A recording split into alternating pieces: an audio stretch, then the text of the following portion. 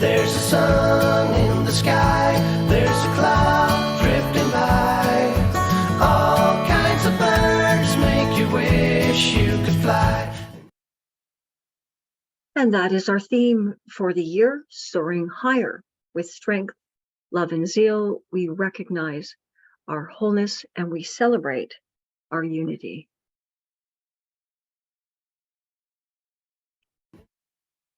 And it's not moving well. There we go. Okay, so now I get to introduce the marvelous Kelly Isola. She will be speaking today about sacred stuckness. And if any of you have ever been to her website, you know that what I'm going to share is a very small part of the lived experience of Reverend Kelly. Kelly is passionate about supporting people and organizations to live and love more authentically, to move toward a better version of themselves so that they can make their mark on the world. She's an ordained minister, and she is a master at creating transformative retreats, rituals, ceremonies, alternative services using music, storytelling, laughter, tears, and meditation as catalysts for spiritual transformation. She also facilitates board meetings, trainings rather, and leadership development workshops and retreats. She is presently the chair of the Greater Kansas City Interfaith Council and is committed to interfaith work and dialogue as an avenue for healing and peace. So, Reverend Kelly, are you ready to take it away? I'm ready for us to get unstuck. Yep, sacred stuckness. It is a sacred thing. Anybody ever felt stuck? Come on, let me see the hands. I can't be the only one. Most of you have your videos off. Turn them on. This is community. We want to see you. And I know some people may have camera issues. Thank you. This is part of when we're online, being in community is being able to see each other. We don't live in a vacuum. We don't live in a silo. Yeah, stuckness. Stuckness is sacred. It doesn't feel very sacred though sometimes, does it? What do you think of? And you can either shout it out or put it into the chat. But when you hear me say the word stuck, you know, like when I ask the question, have you ever been stuck? What comes up for you? What does it mean? Like what immediately comes up? You know, a thought, a feeling, a situation, or whatever. Paralyzed. What was that? Paralyzed. Paralyzed. Yeah, that's a good one. We got mud. Yeah. Less than, paralyzed, frustration. Yeah, for those that can't see the chat, I'm just letting you know, no progress, no movement, in a rut. Yeah. Holding my breath. Holding my breath. Yeah. Yep. We just sort of freeze. We're like, and you know, and apathy, barriers, trapped. Going in a circle. Yeah, that all sounds like fun. Yeah. No. We hear, yeah, I know. That was sarcasm. If you don't know me, one of my superpowers is sarcasm. So just let you know that now. I like that, going in a circle. Yeah. Because stuck, sometimes it is the paralyzed, right? Where it's like that sense of not moving. And other times you're moving, but you're like, wait, haven't I passed this tree like 8 times now? Right? If you've ever been lost in the woods and trying to get out, you're like, I know I've seen that rock before. So that's what I want to talk about, is being stuck, and that it's a very sacred thing to be stuck. So I want to unpack that a little bit, because we carry, as you can see in the chat and the words I was reading off, that we tend to carry it as something to get rid of, or, oh my God, I'm stuck, I got to get out. Right? How do I, like, run, Forrest, run? You know, how do I, like, this feels so uncomfortable and I don't want to be here. And sometimes we get there because we've been triggered or we've been activated. And so we have a knee-jerk response and we go, oh my God, here I am again, right? That's kind of that going in circle. And I don't know about you, but I, from time to time, experience it with the same person. You ever have that? Like, that going in circles with the same person, you know, whether you love them or you don't like them so much, but going in circles, whether it's a family member or, someone at work, someone at church. But we can get hooked in habitual ways, right? We get hooked in habitual ways of seeing the world, how to respond to situations. And the stuckness, we've decided we allow the stuckness to determine how much peace or freedom or joy or lightness we have in our life. Like we decide that. Or the person's in a different body. Yep. So we, because we certainly stick ourselves, don't we? But we get to determine, when we have this experience where like being stuck, whether it's again at work or, haven't I been here before? Or this feels really familiar. Why do I keep doing this? Right? That repetitive thing, or just being frozen, being paralyzed, and all the emotions that come with that. So if you know me, so I have this superpower of sarcasm. One of my other superpowers is that I'm a complete word nerd. So any word that is going to be part of a conversation or a talk, I'm going to go to the etymology. I want to know its origins, not just what Merriam-Webster says today, but where does it come from? And the interesting thing about the word stuck is it's actually the past tense of stick, right? To get stuck. So something had to stick before we label it as stuck, right? Something sticks and then it kind of stays there. And then we say, I'm stuck, right? So, I had to, when I, go look at the origins of the word and I'm like, yeah, so something had to stick. So, which means I'm sticky, right? Which means I'm sticky. Either it's my own stuff that I'm reliving again because rather than dealing with it, I just push it back down and stick it somewhere else so it can stay stuck, or someone in my life. And it used to be long ago, the term stuck on meant that you were really, you were stuck on them. You were enamored with them. You really liked them. You loved them, right? And over time, stuckness, as we said here, has come to mean making no progress, being frustrated, having barriers. But if you look at the word stick, right, which comes before we get stuck, it means the origins of the word is, and it's, we don't quite say it this way. When we use the word stick, often we just think of the noun, the little piece of a branch, but it's the verb to stick, which means to pierce or to puncture, to transfix, to remain embedded, right? So something had to stick. And so it's so when I think about stuckness, I kind of got to back myself up. So where was the stick, right? Something in me was pierced or punctured. And oftentimes what it is, as I said, we get triggered, right? We get triggered or activated. And it's like that getting punctured or stuck, pierced again. And we go, that's why we have this sensation of, wait, haven't I been here before? Because it's that same, found that same place to stick, to pierce, to puncture, right? So one of the biggest reasons I get stuck is that a way of my thinking, a way of my being has gotten punctured, has gotten stabbed, right? And that sounds kind of violent and brutal, and I don't mean it violent and brutal, but like to puncture a hole in something, right? So it often something comes my way and I have that stuck feeling because what I believe, right? In Unity, old-fashioned language, we'd say chemicalization. Chemicalization is a result of a new idea, a belief in consciousness enters into my current state of consciousness, and it literally punctures a hole.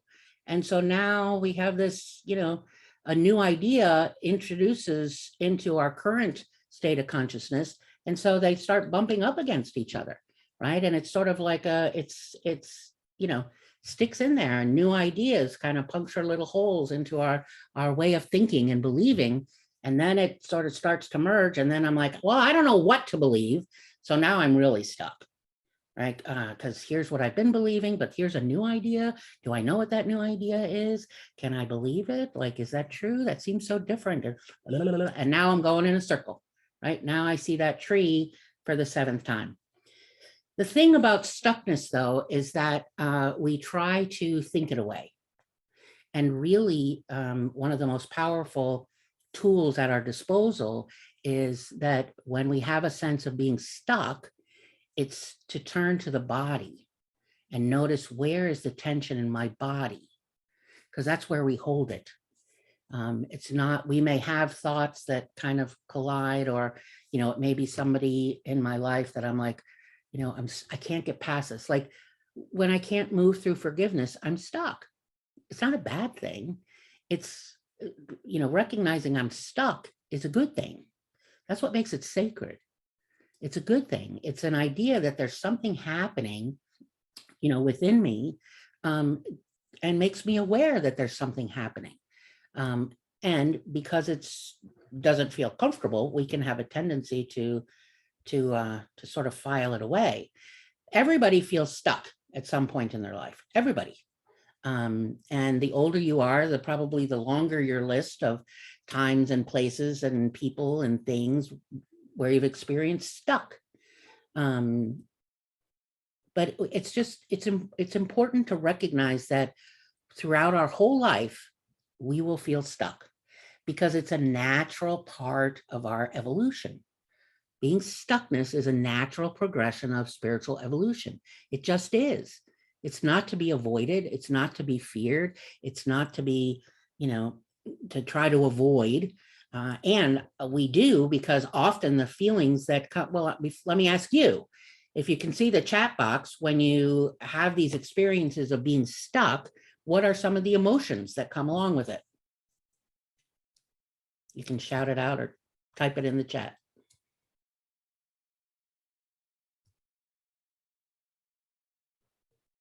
Frustration, irritable, anger, fear.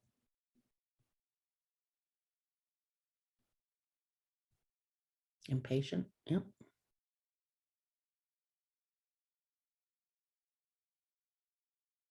Frustration itself, yep.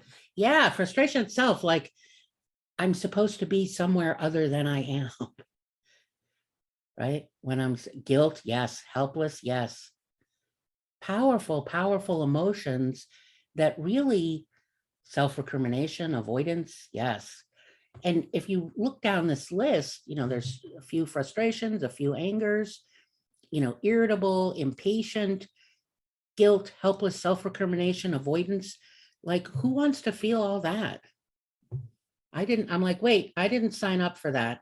And yet I did. I'm in this human body. I'm in this human form, right? And that means I will experience stuckness in my life. It's not about avoiding it. It's about it's recognizing it, being with it, and recognize it for what it is, like seeing the stuckness through the right lens, seeing the stuckness through a lens that tells us it's a natural part of living, and to stop forcing it to change. I think that's one of our biggest challenges that I see in New Thought and in Unity is that if I'm uncomfortable, I need to get out of it. Like there must be some kind of affirmation or prayer or meditation or class or something that I can fix this so that I can get out of it. And what's so counterintuitive about that is that when we are stuck, it's actually the time to stop and stay in the stuck. But our Western world has told us the best way to get out of it is put on your big girl panties and pull up your boots and march through, right? And just urgently push your way through to the other side. And that's actually the exact opposite. Stuckness is a growing place, right? Our discomfort, our impatience, our guilt, our helplessness, our avoidance, our anger, our rage, our sadness, our grief are all signs that something's wanting to emerge, right? That there's something going on, there's something alive within me that's wanting my attention. And so stuckness is that's why stuckness is just a natural part of our evolution. It's, I don't know any journey in life for any life form, that it's just smooth sailing all the way. It just isn't, it's just not a reality. And to think that that is how our spiritual path should be, I think does us a huge disservice. And it's also trying to make that happen as a way to spiritually bypass, right? All of the discomfort we have with stuckness is telling us there's a piece of us that needs some attention, right? We've learned somewhere, we actually learn from within the womb, you know, because we can observe around us with sound and with, you know, emotions and the energy we learn from within the womb. You know, our nervous system learns what to avoid and what's not good. And so we learn before we're even born what to stay away from. And so stuckness is, for me, is that's what makes it sacred, is that it's the stopping point to pause and just kind of unfold, and what's alive, and what's, you know, what steamer trunk am I dragging behind me, what needs my attention. So stuckness for me is my door to belonging, to safety and dignity. Stuckness is my door to belonging, safety and dignity. And I believe that, and I practice that because we live in a culture of scarcity, separation, and supremacy. And so belonging, safety, and dignity are kind of the antidotes of that. So let me unpack that for you. You know, as I said, the stuckness, when I get stuck and I feel frustrated, I feel irritated, and I feel helpless and powerless, and you know, to encompass all of those, I sometimes use the word ARG, right? ARG, I feel ARG, which encompasses about a dozen different emotions, and it's uncomfortable. So that stuckness brings awareness to the pieces of me that have been ignored, that have been dishonored, that need my attention, that I've been taught to ignore, right? Like anger is not a good thing. Like you need to pull yourself up by your bootstraps, you know, this rugged individualism rather than we, right? Rather than community, you know, reaching out for help and other things. So stuckness, for me, stuckness becomes my door to belonging, safety, and dignity. So I'll unpack that in a moment. But first, how many, I just for the heck of it, I Googled the term getting unstuck.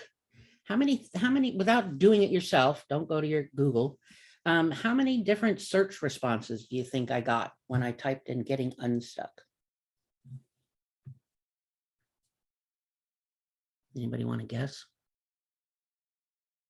Look at Anne's going. Hundreds. 13 million. You think we have an obsession with getting unstuck? Or you think we have an issue with being stuck? So 13 million Google searches just by typing in getting unstuck. And don't worry, I didn't go to any of them. But I could have, but I just wanted to see what the world had to say about it. When you start to realize, so now this is where I want to talk about that belonging, safety, and dignity, which are the antidotes to the cultural consciousness we live in of scarcity, separation, and supremacy. But when I start to realize, well, let me back up. Let me ask you another question. When you realize that you have been in this situation before, when you realize that you're stuck, what's something that you do? And you could put that in the chat if you want, or shout it out. When you realize that you're, oh, been here, done that. Is there a go-to thing? Or do you just kind of wait it out?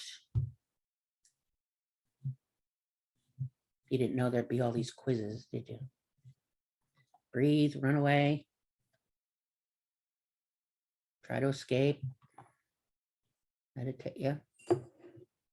Try to find a workaround.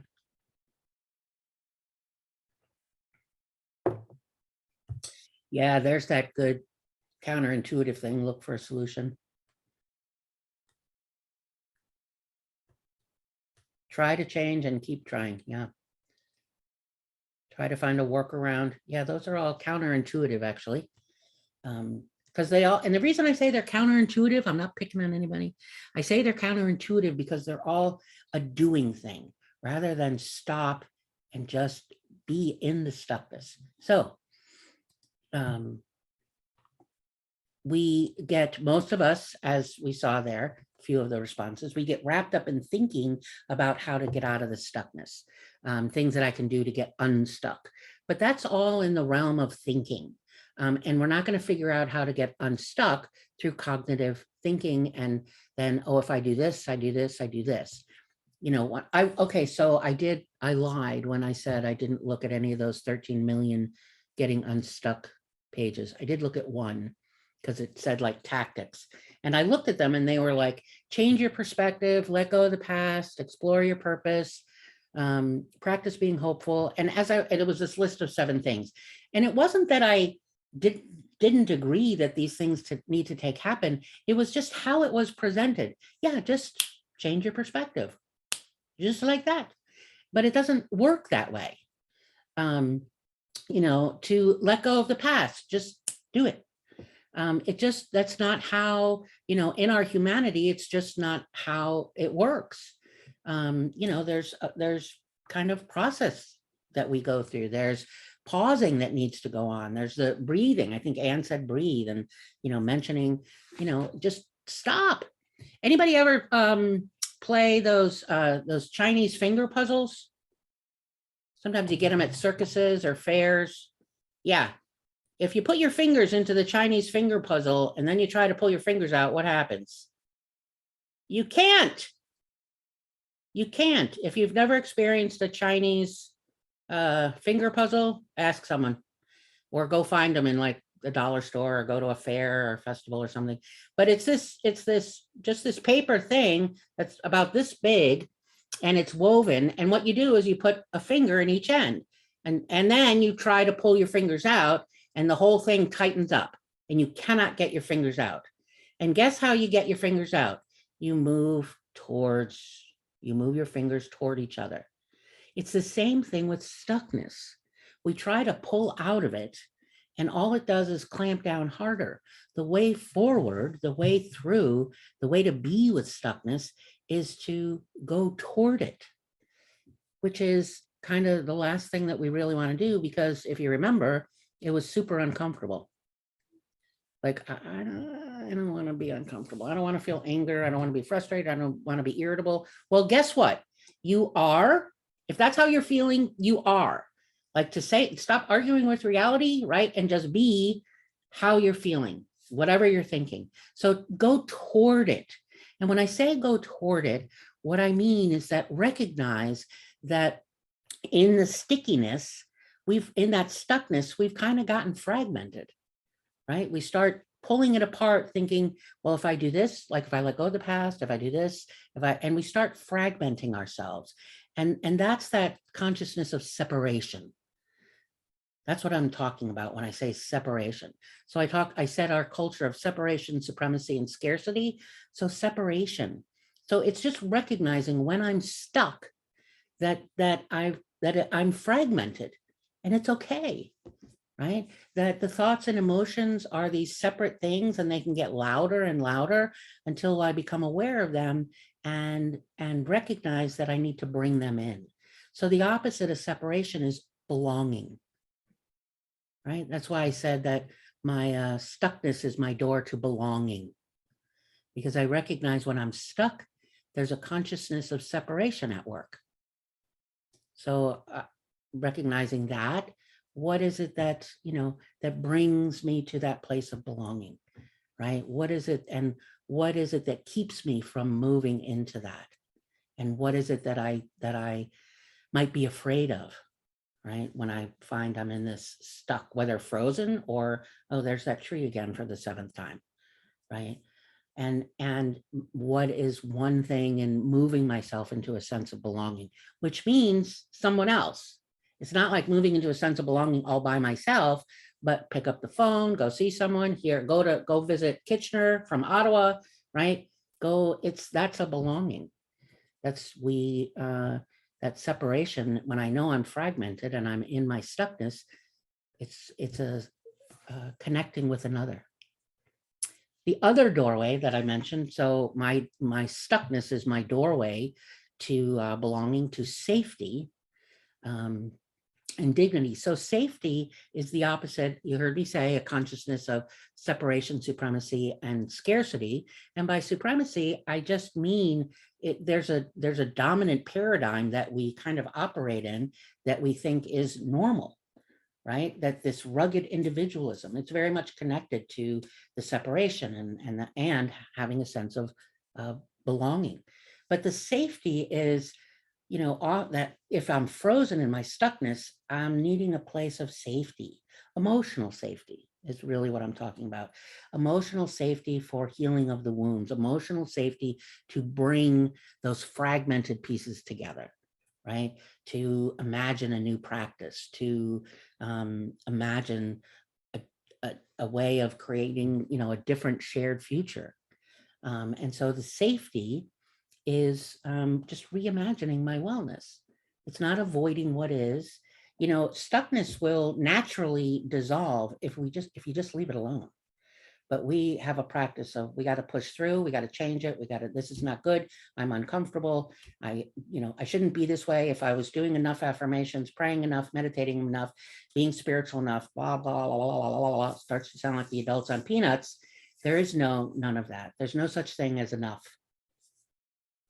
There's no such thing as enough. It's being with what is, and stuckness will dissolve on its own. If I go back to, remember, it has its roots in that, it's been pierced, poked a hole in. If you just leave it alone, it does heal, being present to it. And it doesn't mean doing nothing, but not actively. So leaving it alone and just being present to it, what emerges is a reimagined way, a reimagined sense of wellness. And then finally, the last piece was the scarcity, right? Having in our consciousness of separation, supremacy, and scarcity, the opposite of scarcity. How many of you think the opposite of scarcity is abundance? There's that superpower of sarcasm. No, the opposite of scarcity is dignity. The opposite of scarcity is dignity. And why do I say that? Because in scarcity, there's this judgmental self, right? We bear witness to our own, everything I just rattled off, right? I'm not doing this enough. I'm not showing up that way enough. If, that wasn't my best self, which I don't even know what best self means anymore. I don't even strive for best self because I don't know what it means anymore. Let me just strive for myself. And however that is, that's how it is. And some days I can be kinder than other days. Some days I can be more compassionate than other days. Some days I can be more, angry or closed off than other days. I shoot for being myself and for recognizing when I'm sitting in my judgmental self. And when I'm in stuckness, when I'm feeling angry, irritable, frustrated, running in a circle or frozen, somewhere in there is the thought of a sense of inadequacy, a sense of unworthiness, a sense of not enoughness, right? There must be something more to do, or I'm not doing it right. That's all crap. That's a spiritual term. So the practice is not about doing a thing. It's not even about doing affirmations. It's just being with, right? Sitting with that judgmental self, sitting with the dialogue I'm having with myself that is saying that, iterating my sense of inadequacy and asking, is that true? And noticing the stories that I tell myself about myself. And am I able to discern the meaning making I've done from being able to see myself more clearly? And I don't say perfectly. I don't use the word perfect in my vocabulary either. There's no such thing. It's bringing all of me to the altar. It's bringing all of me to the table, which is dignity, right? Which is honoring, which is respect, which is what dignity is my well-being and honoring, respecting all of me. And it just sometimes takes a little work. In doing that, gratitude emerges, right? So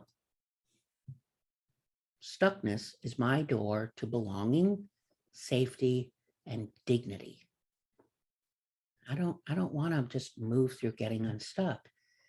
And when we do that, when we take that on and recognize that when we're stuck, what is wanting to emerge and be alive is the sense of belonging, is the sense of safety, emotional safety mostly, and dignity. We can do that collectively. And then we move from stuckness to a collective unfolding, which is huge because we don't do this alone. So stuckness is my door to belonging, safety, and dignity. I put that in the chat. So let's say that together. Stuckness is my door to belonging, safety, and dignity. Let's take that into meditation. Stuckness is my door to belonging, safety, and dignity.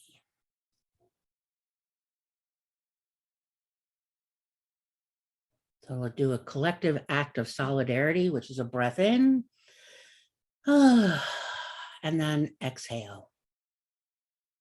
And you can close your outer eyes, you can lower your gaze, or you can just gaze at those that are on the screen. The lovely creatures that are on the screen, the lovely beings, the beings that help us create the world of belonging, safety, and dignity.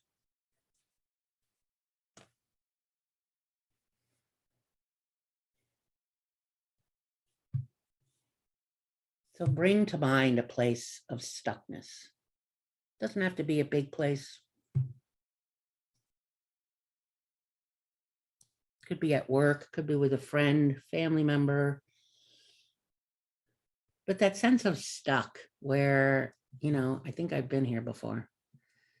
And then notice where in your body you feel it. You might feel some tension in the shoulders, maybe the back.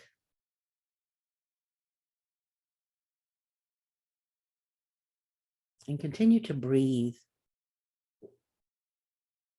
Follow the rhythm of your breath.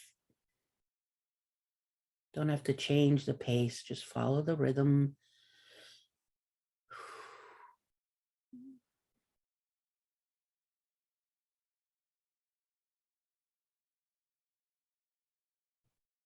And with each inhale, notice if there's a place in your body where you feel the stuckness, where your body is connected to all of your life.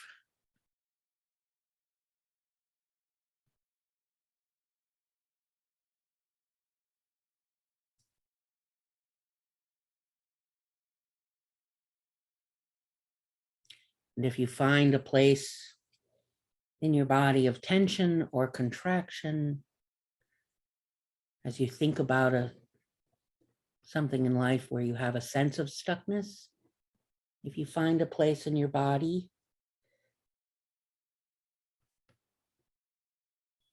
just offer it large doses of grace. Large doses of grace. I give myself large doses of grace.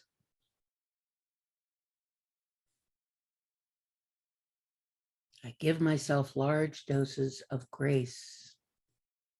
Because if I see my stuckness as a problem to be fixed, it will keep coming back.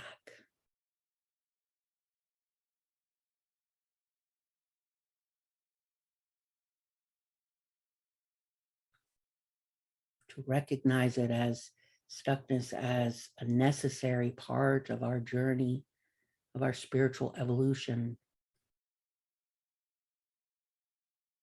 It becomes that doorway to belonging, to safety, to dignity. Let's just hold that idea in the quiet.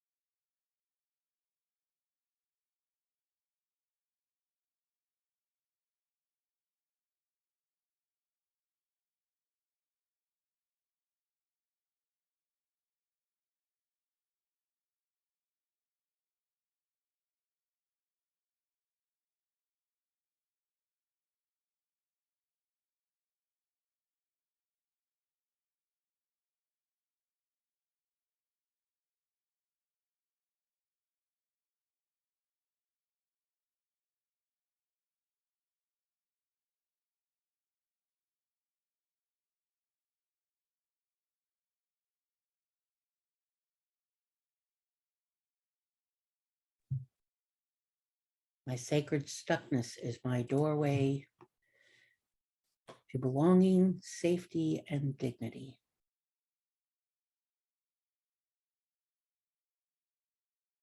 And so it is. Amen.